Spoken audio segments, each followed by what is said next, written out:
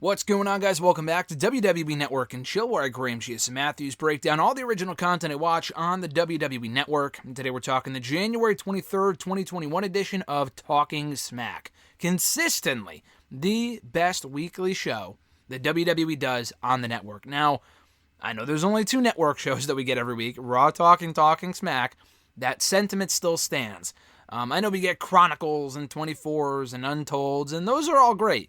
But Talking Smack, in terms of pure storyline progression and just great promo work and great character work, Talking Smack is the show to watch. This was another really, really good episode.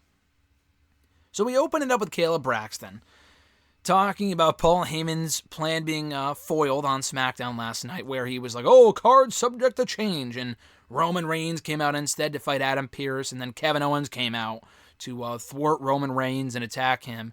Heyman says, listen, we had the perfect plan, and all the conspiracies, they're all true. Every single one of them are true. But come Royal Rumble, Roman Reigns will still decimate Kevin Owens in their last man standing match, and that's not a prediction, that's a spoiler. So they first welcome on Bayley, and Kayla, not being a great, you know, she talks about, maybe it's Charlie I'm thinking about, but I think Kayla has said this too, where she's like, oh, I have to be impartial, I'm a journalist, blah, blah, blah. Well, she wasn't very impartial here. She said that Bayley's performance in the obstacle course was embarrassing and that she cheated, which is true, but I don't know if she should have said that. The embarrassing part was more so subjective than the cheated part. That was pretty clear cut, but I don't know if she should be saying that Bayley was embarrassing in her performance during the obstacle course, even though it was true. From a storyline standpoint. And I know they have beef, but I thought that was interesting. And then Bayley's like, Kayla, do you want to see me in the ring? Do you really want to be in that Women's Rumble match? Like, I will see you in that ring and I will beat you up. And I thought that was really funny. And then Heyman's like, yeah, Kayla has Bayley envy, which I thought was great too. And then Bayley says, listen, I'm a former SmackDown Women's Champion. Bianca hasn't accomplished anything here yet in WWE. No Raw, SmackDown, not even the NXT Women's Championship. She hasn't won anything. Bayley has won all the titles multiple times, and she has, broken records. And this was weird. So she said, oh, who was the one who eliminated Rhea Ripley, who went on to defend the NXT Women's Championship against Charlotte Flair at WrestleMania? That was me. Quality over quantity. Now, why would she bring up eliminating Rhea Ripley? Now, I don't know. This was just random. Because it's not like she said, oh, Rhea beat you at TakeOver last year, and I've beaten her when you couldn't, blah, blah, blah. Bayley has never beaten Rhea, but she did eliminate her. Now, I had to go back a little bit, because, Rhea wasn't in the Rumble last year.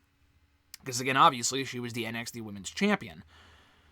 So, I went back to the 2019 Rumble, because I knew Rhea was in that one when she was still a part of NXT UK, and Bayley did eliminate her then.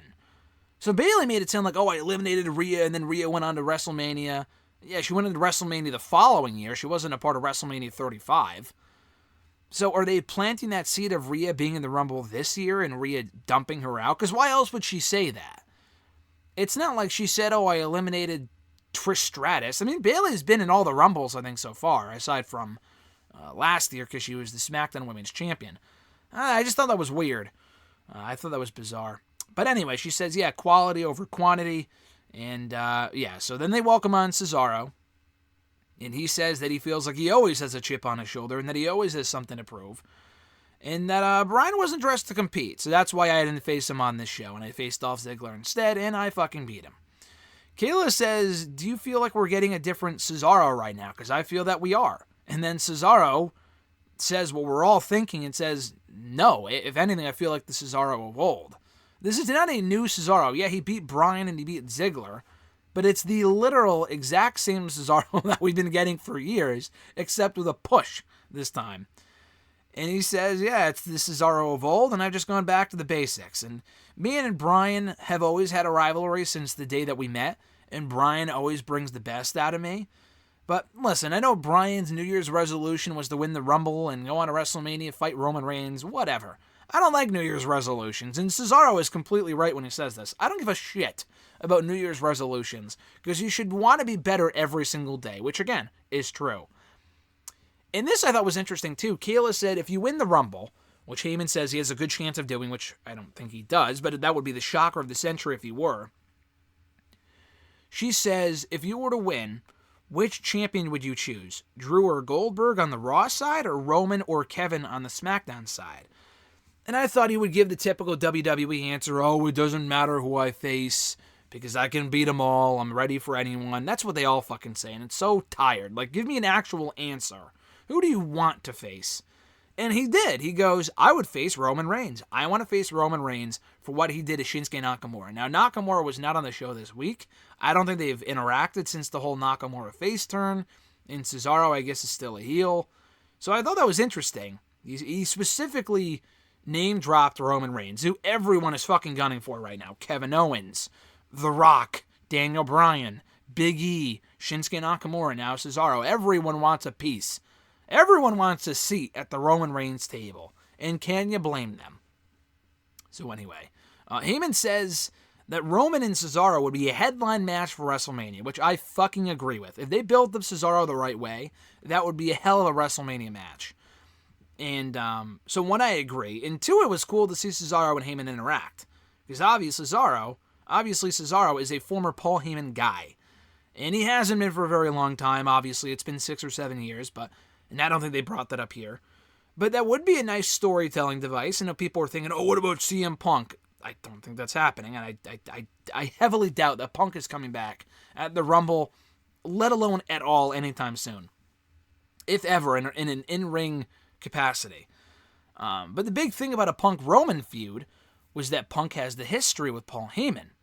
You know, Punk's not coming back. But what about Cesaro? Cesaro has history with Paul Heyman. I think that'd be fucking sick. I would love to see that. So they welcome out Sami Zayn, who doesn't get music. Cesaro got music. Bayley got music. Sami, obviously, intentionally did not get music so they could play up the whole conspiracy thing. And he said, hey, I got my own camera crew over here. I don't recognize those cameramen behind the cameras here on Talking Smack, on the set of Talking Smack. So I'm bringing out my own documentarians to document everything as part of my conspiracy video. And he asks Kayla, are you against moral injustice? And she doesn't really give any. I mean, obviously she is, but then he's like, oh, then you're hypocritical, blah, blah, blah. So I thought that was funny. And then Apollo Crews comes on the set. Apollo Crews comes out, and Apollo obviously failed to win the Intercontinental Championship on SmackDown this week due to the interference from Sami Zayn, causing the contest to be thrown out. And Zayn outright called him out for cheating. Because he did cheat. Apollo held the tights when he beat Crews last week. And Crews, he just kind of stands there and takes it. And he says Apollo stands for cheating. And Crews just kind of very calmly says, eventually I will get you in that ring. And Sami was like, oh, that's a threat. That's a threat. I thought this was great. He's like, oh, that's a threat. I got to get my camera crew out of here because they're in danger of being attacked if you come after me, blah, blah, blah. So then Sami walks off with his camera crew, and Crews is still there. And then Heyman's like yelling at him. He's like, are you going to let that prick distract you and prevent you from getting your hands on the Intercontinental Championship? And then Crews looks at him and says, I'm going to go beat his ass, and then I'm going to take that Intercontinental Championship because I can. And, it's hard to buy into Apollo as this serious bad guy because he's been this smiley, nice guy for so long. But I like this new side of Apollo. This is the most aggression and intensity this guy has ever shown. So it's cool to see. So I thought that was it. And then Heyman gives that signature grimace of his. And then Kevin Owens comes on the set. I was not expecting this. So Kevin Owens comes on the set, looks at Heyman for a solid minute, gets in his face, and he says something in his ear. He either says really, or I forgot what he said exactly. But he says something very briefly. Extends his hand for a handshake. Heyman hesitantly shakes it back, then wipes it all over his handkerchief as Owens walks off the set. So I thought that was great. But this was another great episode of Talking Smack. Bayley was entertaining as always. Cesaro was great. Sami was very good. Apollo played his role well. And even the Kevin Owens bit at the end was fantastic. Because Heyman tried to get one over on Owens by getting him barred from the building. And then Owens showed up anyway. And the security of these WWE shows is not very good. Because I feel like whenever this type of stuff happens, they always find their way into the building. But anyway, I thought this was great. Another excellent episode of Talking Smack. If you're not watching the show on the regular, you are very much missing out. And I really wish they would show more footage and replays of the shit that happens here on Talking Smack. Not just on Twitter, not just on Instagram, not just on WWE.com, but on SmackDown itself. Because it's all the supplementary storytelling that they should be acknowledging on SmackDown. Because it is some of the best stuff they're doing all week.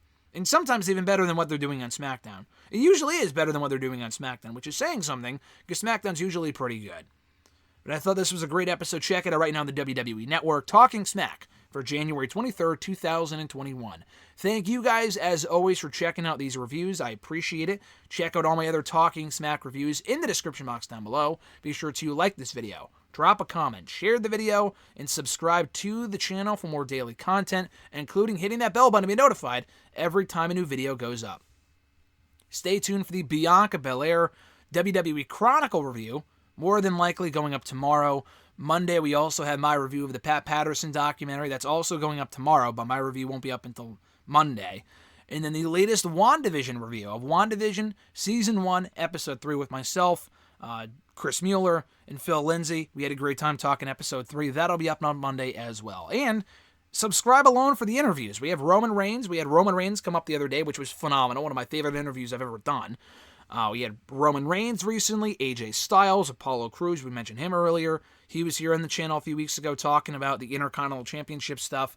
Fandango from NXT, and Stone Cold Steve Austin, the very best of Raw, SmackDown, NXT, and the WWE Hall of Fame. So if you're not already subscribed, do so. Check out all those interviews and all the other daily content that we have here on the channel. Enjoy your weekend, folks. I'm Graham G.S. Matthews, and I'll catch your ass down the road.